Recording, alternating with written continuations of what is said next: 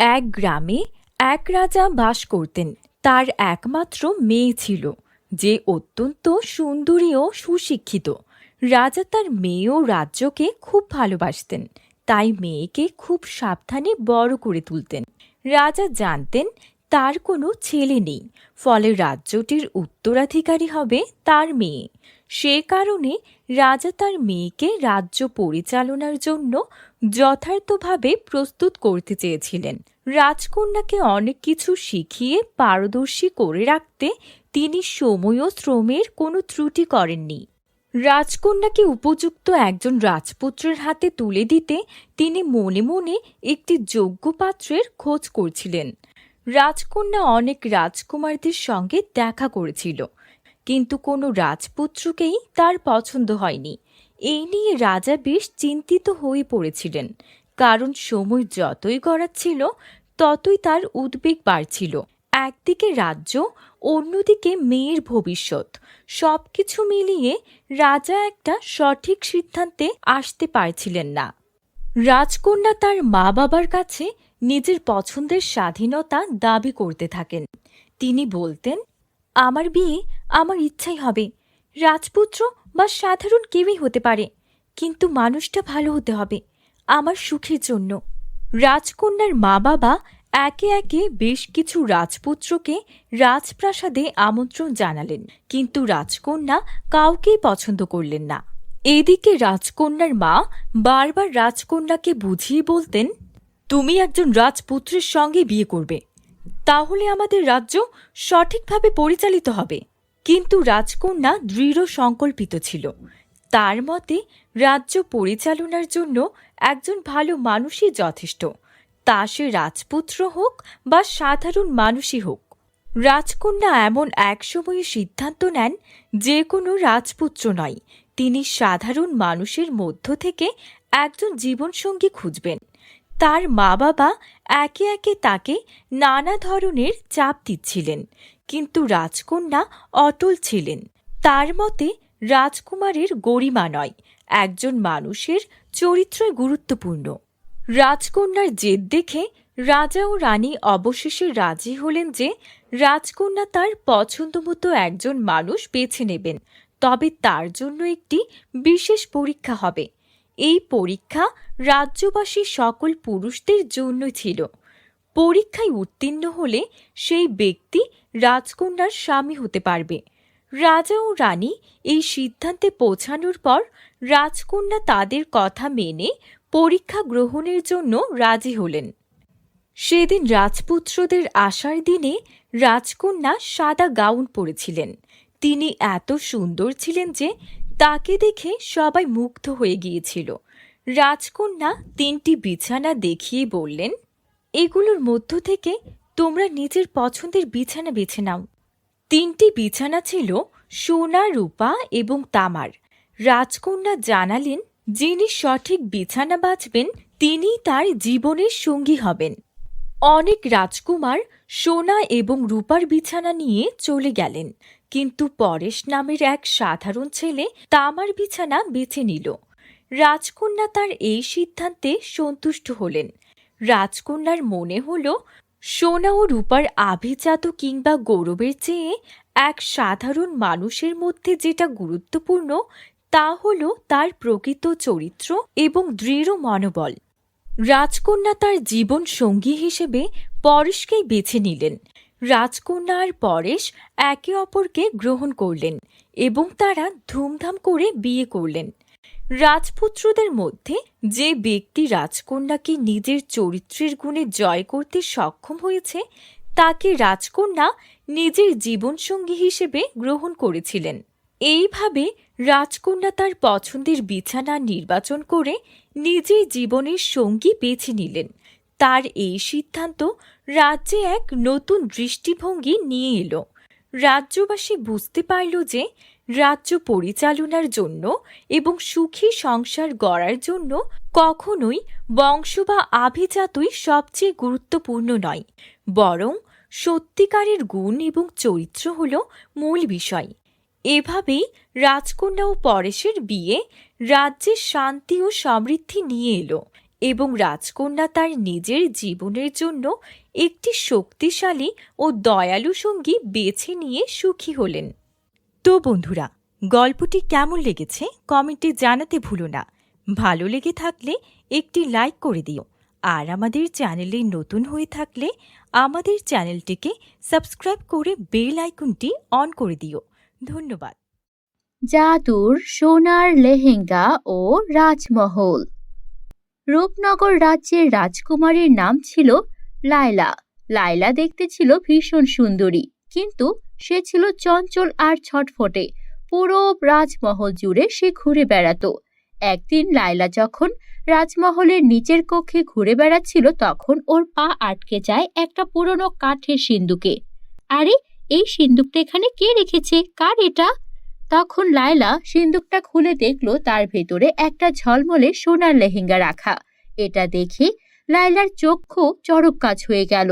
লায়লা দ্রুত ওর দাদির কাছে গেল আর বলল, দাদি, ও দাদি, এটা কার?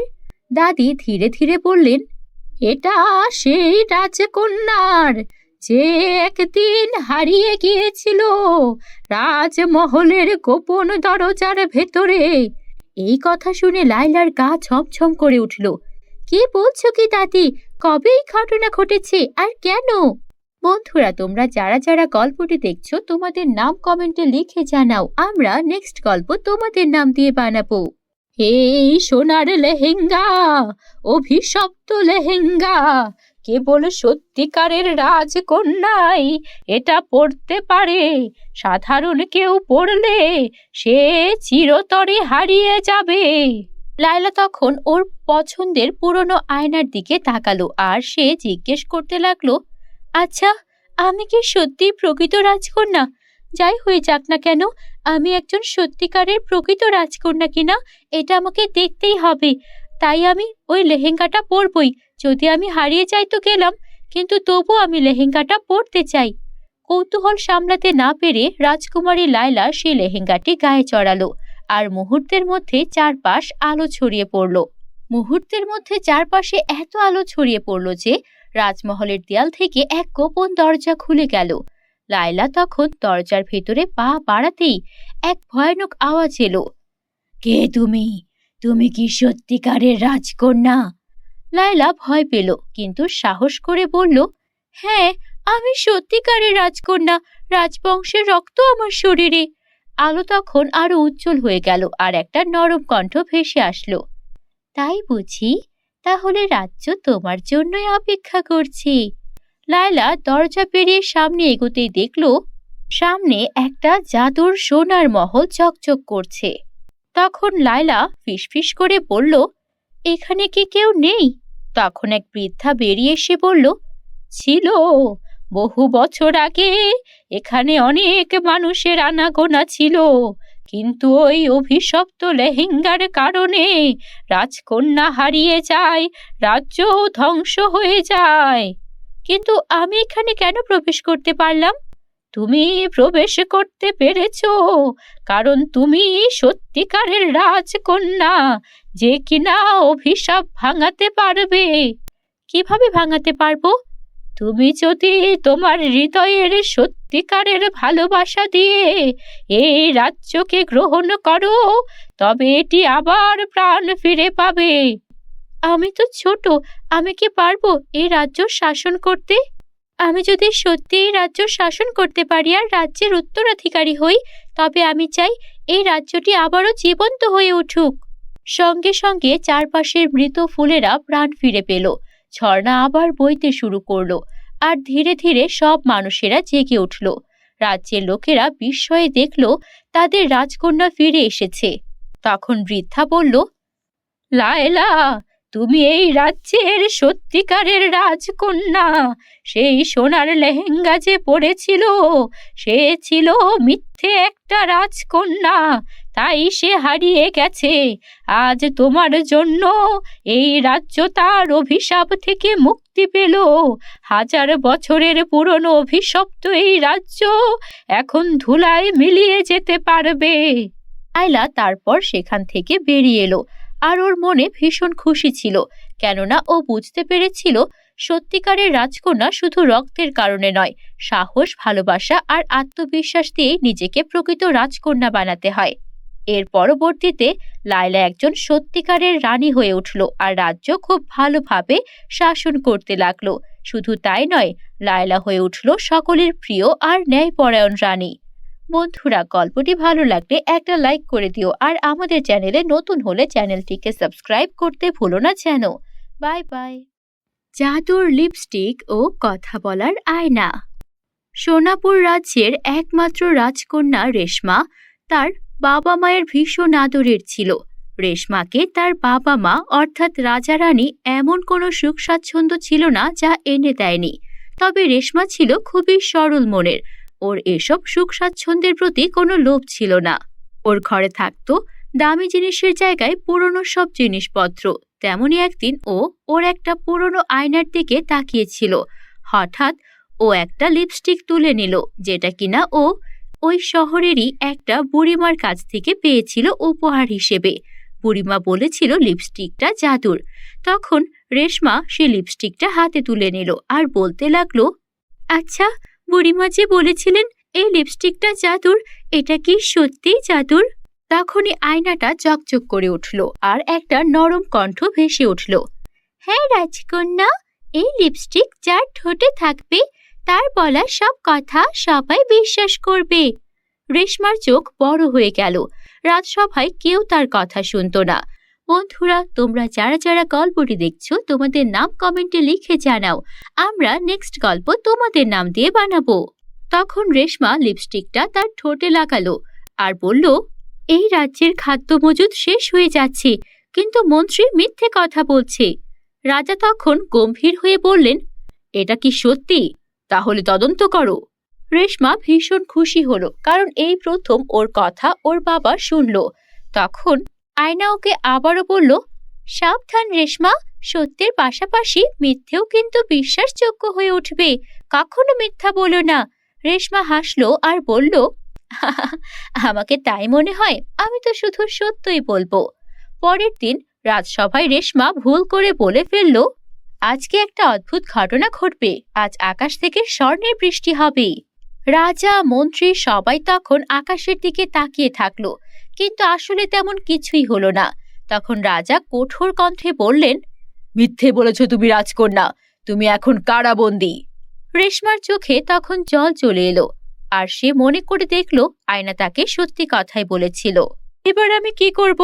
আমি তো লোভে পড়ে এমন কিছু বলে ফেলেছিলাম যেন আমার বাবা আমাকে ভালোবাসে আর রাজ্যের সবাই আমাকে রাজকন্যা হিসেবে সম্মান করে। কিন্তু এবার কি হয়ে গেল? আয়না, তুমি কি জানো আমি এবার কিভাবে নিজেকে বাঁচাবো? এভাবে আমি কারাবন্দী হতে চাই না। হ্যাঁ, একটা উপায় আছে। তুমি যদি মন থেকে কোনো সত্যি কথা বলো বা কারো ভালো চাও, তাহলে সবকিছু ঠিক হয়ে যাবে। আমি আসলে আমার বাবাকে সাহায্য করতে চেয়েছিলাম, বাবাকে রক্ষা করতে চেয়েছিলাম, কারণ আমি জানি ওই মন্ত্রী একটা মিথ্যেবাদী। সে আমাদের পুরো রাজ্যের ক্ষতি চায়। এই বলে রাজকন্যার চোখ থেকে টপ টপ করে পানি পড়তে লাগলো, আর সেই চোখের পানি পড়লো সেই জাদুর লিপস্টিকের ওপর। সঙ্গে সঙ্গে পুরো ঘর আলোয় আলোকিত হয়ে গেল। তখন আয়না বলল, রাজকন্যা, কেঁদো না, আমাকে তুমি তোমার বাবার কাছে নিয়ে যাও, আমি সব সত্যি দেখিয়ে দেব। তারপর রাজকন্যা জাদুর আয়না ওর বাবার কাছে নিয়ে গেল।